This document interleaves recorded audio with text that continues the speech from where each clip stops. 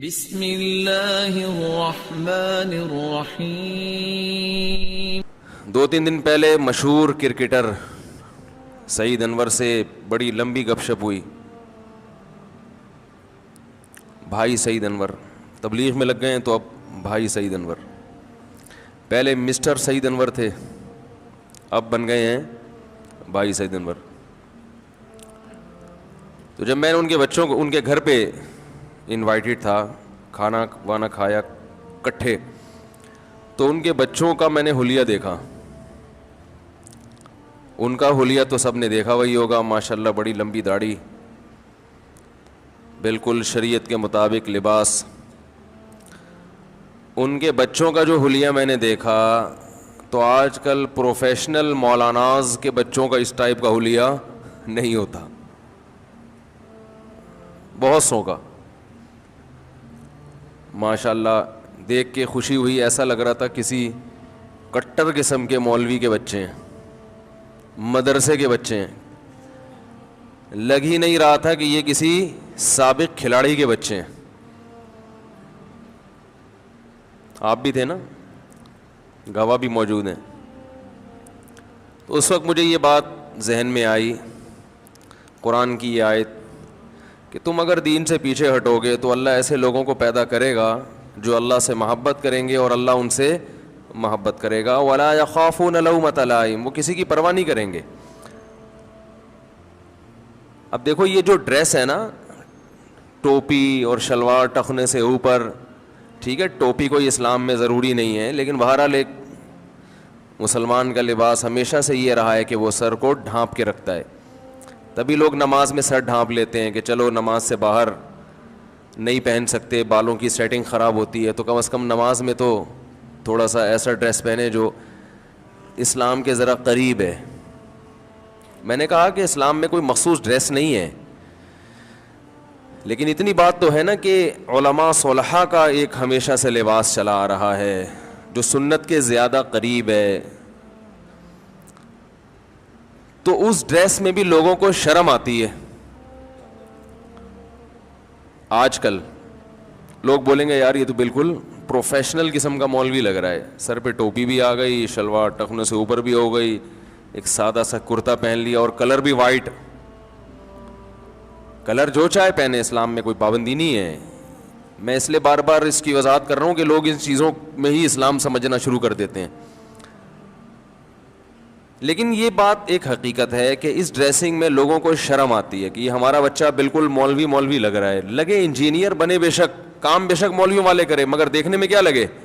Engineer لگے، doctor لگے، professor لگے۔ دیکھنے میں مولوی لگنا لوگ برداشت، کیا خیال ہے؟ دیکھنے میں مولانا ٹائپ کا لگنا شروع ہو جائے، یہ برداشت نہیں ہوتا لوگوں کو۔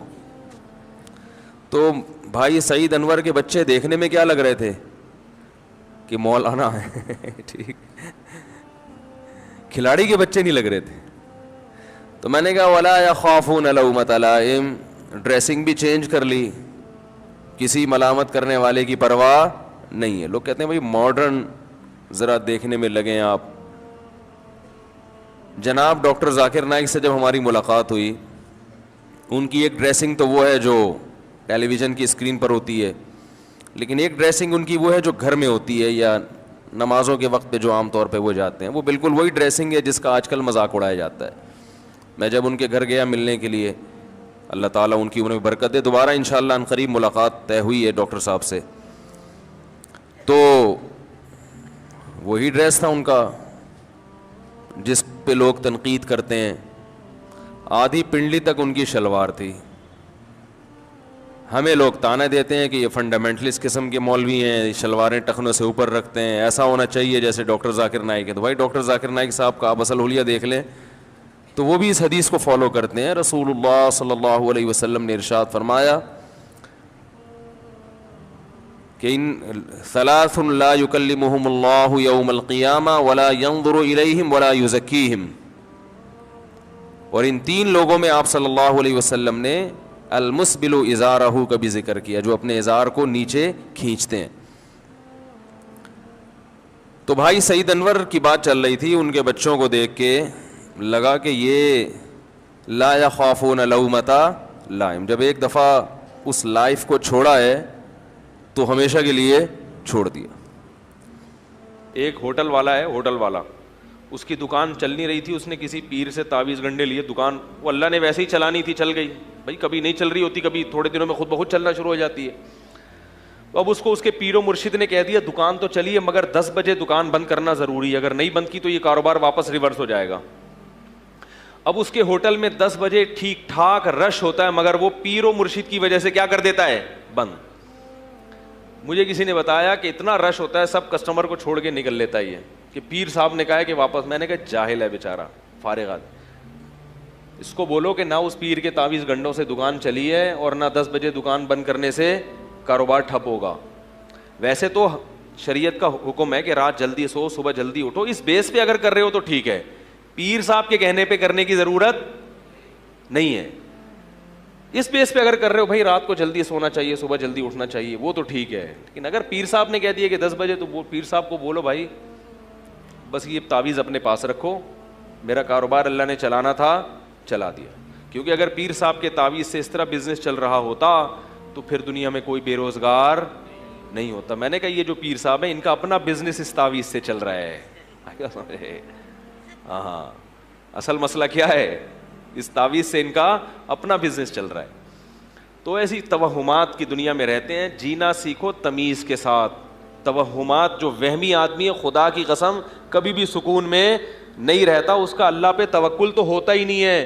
ہمیں اللہ نے حکم دیا ہم گراؤنڈ ریئلٹی کو دیکھ کے فیصلہ کریں, پھر نتیجہ کس پہ چھوڑ دیں, اللہ پہ. دکان چلے گی تو اللہ چلائے گا, نہیں چلے گی تو بھائی نہیں چلانی تو کیا ہو سکتا ہے.